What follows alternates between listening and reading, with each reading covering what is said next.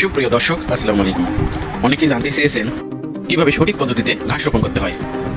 অনেকেই এভাবে ঘাস রোপণ করে, তবে এটা সঠিক পদ্ধতি না, অঙ্কুর ক্ষমতা কম হয়। দ্বিতীয় যে পদ্ধতিটা দেখছেন, এটাও সঠিক পদ্ধতি না। এই পদ্ধতিতে গুটিগুলো মাটি থেকে একটু উপরে থাকে। এভাবে রোপণ করলে শিকড়গুলো মাটিতে পড়ে না, যার কারণে গাছগুলো নষ্ট হয়ে যায়। এবার আসুন সঠিক পদ্ধতি দেখি। এভাবে যদি আমরা রোপণ করি, সেক্ষেত্রে দুটো গুটি মাটির উপরে এবং দুটো গুটি মাটির নিচে থাকে, অর্থাৎ খরাতে এবং বৃষ্টির সময় দুই সময়ে অঙ্কুরগমন ক্ষমতাটা ঠিক থাকে। উপরে দুটো গুটি মাটির স্পর্শে থাকার কারণে গাছগুলো অনেক শক্তিশালী হয়। দেখুন, এভাবে রোপণ করলে আমাদের অঙ্কুরগুলো মাটির স্পর্শে পড়েছে, অর্থাৎ গাছগুলো শক্তিশালী হবে। আপনাদের মাঝে আমি আমার নিজ জমির বাস্তবতা শেয়ার করলাম। সকলকে ধন্যবাদ।